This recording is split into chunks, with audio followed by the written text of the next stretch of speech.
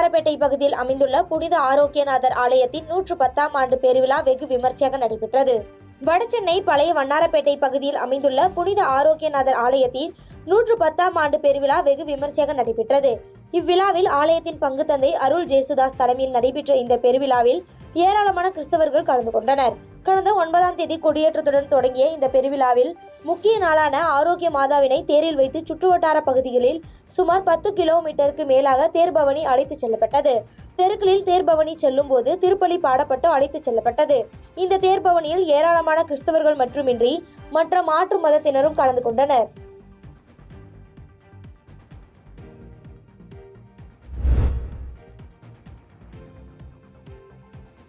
பண்ருட்டி அருகே ஸ்ரீ வீரட்டானேஸ்வரர் திருக்கோயிலில் மகா சனி பிரதோஷத்தை முன்னிட்டு சிறப்பு வழிபாடு வெகு விமர்சையாக நடைபெற்றது.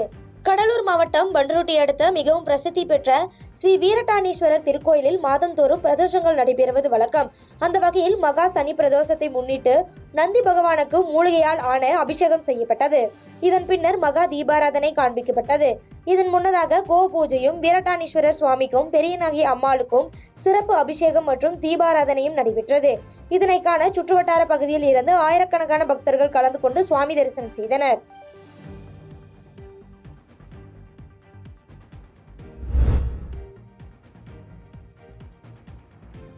நீர்பிடிப்பு பகுதிகளில் பெய்த மழையால் கும்பக்கரை அருவியில் தொடரும் பெரும் வெள்ளப்பெருக்கின் காரணமாக 7வது நாளாக சுற்றுலா பயணிகள் குளிக்க தடை நீட்டிக்கப்பட்டுள்ளது. தேனி மாவட்டம் பெரியகுளம் அருகே மேற்கு தொடர்ச்சி மலை அடிவாரத்தில் அமைந்துள்ள கும்பக்கரை அருவியின் நீர்பிடிப்பு பகுதிகளில் பெய்து வரும் தொடர் கனமழையால் கும்பக்கரை அருவியில் நீர்வரத்து அதிகரித்து கடந்த 7 தினங்களுக்கு முன்பாக வெள்ளப்பெருக்கு ஏற்பட்டது. இதனால் சுற்றுலா பயணிகளின் பாதுகாப்பு கருதி 12ஆம் தேதி முதல் கும்பக்கரை அருவியில் சுற்றுலா பயணிகள் குளிக்கவும் அருவிக்கு செல்லவும் வனத்துறையினர் தடை விதித்துள்ளனர். மேலும் அருவியின் நீர்பிடிப்பு பகுதிகளில் தொடர்ந்து மாலை மற்றும் இரவு நேரங்களில் பெய்து வரும் கனமழையால் மேலும் கும்பக்கரை அருவிக்கு நீர்வரத்து அதிகரித்து பெரும் வெள்ளப்பெருக்கு ஏற்பட்டுள்ளது. இதனால் 7வது நாளாக சுற்றுலா பயணிகள் குளிக்க விதிக்கப்பட்ட தடை தொடர்வதாக வனத்துறை அறிவித்துள்ளனர். மேலும் அருவியில் ஏற்பட்டுள்ள வெள்ளப்பெருக்கு நீரின் அளவு குறைந்து சீராகும் வரை இந்த தடை தொடரும் என வனத்துறையினர் தெரிவித்துள்ளனர்.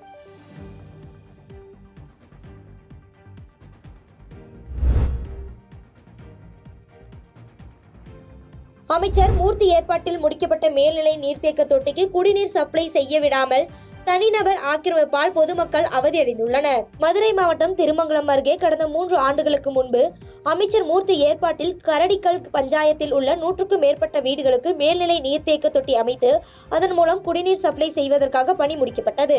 இந்நிலையில் அப்பகுதியில் வசிக்கும் மின்வாரிய ஊழியர் ஒருவர் மின் சப்ளை கொடுக்க விடாமல் தடுத்து நிறுத்தி பொதுப்பணித்துறைக்கு சொந்தமான இடத்தை கம்பிவேலி கட்டி ஆக்கிரமித்து வந்துள்ளார். இதற்கு கிராம மக்கள் எதிர்ப்பு தெரிவித்ததால் அதற்கு மின் சப்ளை கொடுக்க விடாமல் இருப்பதாக கிராம மக்கள் குற்றம் சாட்டியுள்ளனர். இதை பற்றி கிராம மக்கள் கூறுகையில் பல லட்சம் ரூபாய் செலவிட்டு குடிநீர் விநியோகம் செய்யக்கூடிய மேல்நிலை நீர்த்தேக்க தொட்டி கட்டி முடிக்கப்பட்டு 3 ஆண்டுகளாகியும் இதுவரை மக்கள் பயன்பாட்டுக்கு வரவில்லை என கிராம மக்கள் வேதனையுடன் தெரிவிக்கின்றனர். இதனைத் தொடர்ந்து அரசு உரிய நடவடிக்கை எடுத்து அப்பகுதி கிராம மக்களுக்கு குடிநீர் சப்ளை செய்வதற்கு ஏற்பாடு செய்ய வேண்டும் என வேண்டுகோள் விடுத்துள்ளனர்.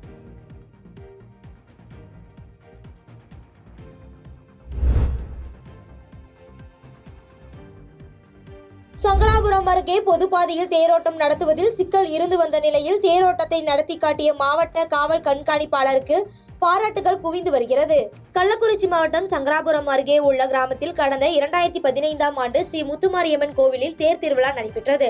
அப்போது இருவேறு சமூகத்தின் இடையே பொதுப்பாதையில் தேரோட்டம் நடத்துவது தொடர்பாக மோதல் ஏற்பட்டு திருத்தேர் சமூக விரோதிகளால் தீ வைத்து எரிக்கப்பட்டது.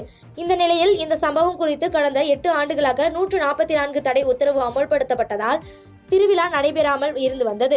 மேலும் கிராம பொதுமக்கள் தங்களின் கிராமத்தில் திருவிழா நடத்த வேண்டும் என்று மாவட்ட ஆட்சியரிடம் கோரிக்கை வைத்து வந்த நிலையில் கடந்த ஆண்டு கள்ளக்குறிச்சி மாவட்ட ஆட்சியர் மேற்பார்வையில் நடைபெற்ற கலந்தாய்வு கூட்டத்திற்கு பின் 144 தடை உத்தரவை நீக்கி திருவிழா நடத்த ஆட்சியர் அனுமதி அளித்தார். இதனையடுத்து கிராமத்தின் முக்கிய வீதி வழியாக அலங்கரிக்கப்பட்ட தேர் வலம் வந்து அமைதியான முறையில் தேரோட்டம் நடைபெற்று முடிந்தது. இதனையடுத்து மாவட்ட காவல் கண்காணிப்பாளருக்கும் மாவட்ட நிர்வாகத்திற்கும் பட்டியலின சமுதாய மக்கள் தங்களது நன்றியை தெரிவித்துக் கொண்டனர்.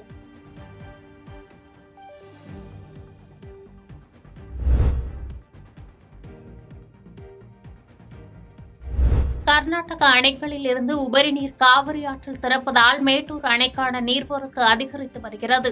இன்றைய நிலவரப்படி நீர்வரத்து 22,000 கன அடியிலிருந்து தற்போது 26,000 கன அடியாக அதிகரித்துள்ளது.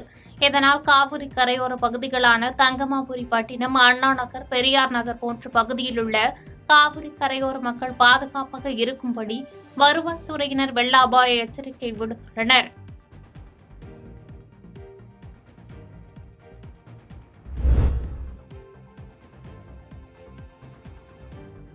நீலகிரி மாவட்டம் உதகை சிறுவர் மன்ற கலையரங்கத்தில் மாவட்ட காவல்துறை காவலர்களுக்கான யோகா பயிற்சி மாவட்ட காவல் கண்காணிப்பாளர் நிஷா தலைமையில் நடைபெற்றது. மேலும் யோகா செய்வது மூலம் மன அமைதி, உடற்பயிற்சி, உடல் ஆரோக்கியம் கிடைக்கப்பெறுவதால் இந்த யோகா பயிற்சி நடத்தப்பட்டது. இந்நிகழ்வில் ஆயுதப்படை காவலர்கள் 100க்கும் மேற்பட்டோர் கலந்து கொண்டு யோகா பயிற்சி செய்தனர்.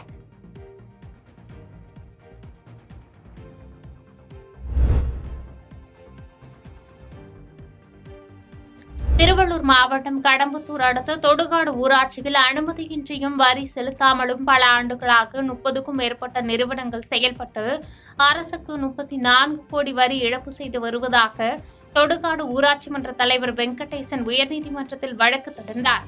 நீதிமன்ற உத்தரவை தொடர்ந்து தொடுகாடு ஊராட்சியில் பல ஆண்டுகளாக அனுமதியின்றி அரசுக்கு வரி இழப்பு செய்து வந்த 5 நிறுவனங்கள் கண்டறியப்பட்டு மாவட்ட ஆட்சித்தலைவர் உத்தரவின்படி கடம்பத்தூர் வட்டார வளர்ச்சி அலுவலர் மணிசேகர் தலைமையிலான அதிகாரிகள் 3 நிறுவனங்களுக்கு சீல் வைத்து நடவடிக்கை எடுத்தனர்.